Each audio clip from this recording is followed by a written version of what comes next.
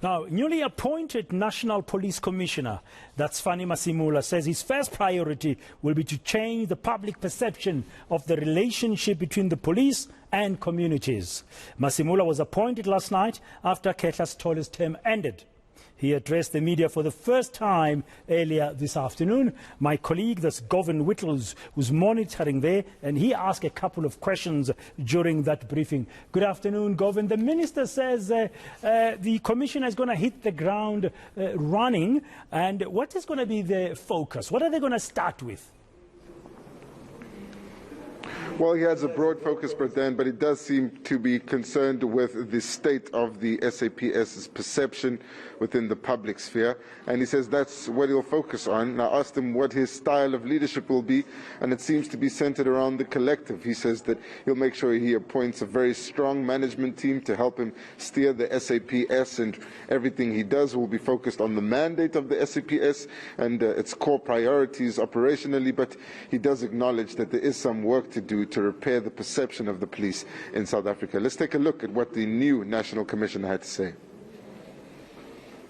There are also safety and security issues of national importance, which definitely are on my list of priorities, and this will include issues related to the safety of our police, especially the killing and attack of our police. We need our communities to work with us and assist us in identifying the perpetrators of these crimes which seeks to undermine the authority of the state. These criminals live in our communities, and we know them. You know, Govan, just listening to Commissioner Masemola earlier, when he was addressing the media and also responding to your questions, he seemed to be a man of a very few words. I mean, when he responded to your question about his style, he basically said he's going to be establishing a management team to lead SAPS and take it forward. The other questions, I mean, around operational issues. I mean, he went on as well to talk about DNA backlog and that he needs to be addressing those. How did he come across there? He does seem to have a specific focus on the operational challenges faced by the SAPS, particularly the officers in the field and complaints from ordinary citizens around response times, saying that the police not only need to answer when the call is made, but they also need to respond effectively.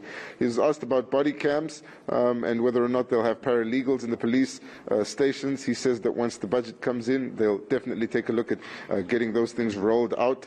And in the bite that you heard earlier, is also concerned about the safety of police officers and arresting those that have been launching attacks on the police. He wants better cooperation between the police and communities, says that is what he'll focus on. He'll be in Mafikeng in the northwest tomorrow to work on the relationship between communities and the police. It's part of his campaign of hitting the ground running. But let's take a look again, if we can, around what he said around corruption and the perception of the police at the moment.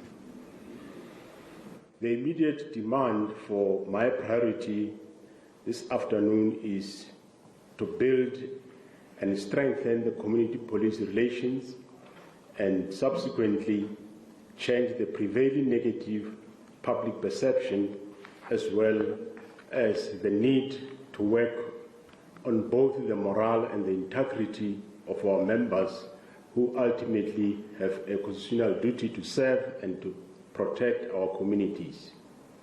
We know what the community needs. The most basic and generic thing is that when they call, there must be somebody that answers the call. And thereafter, there must be somebody that responds to the call.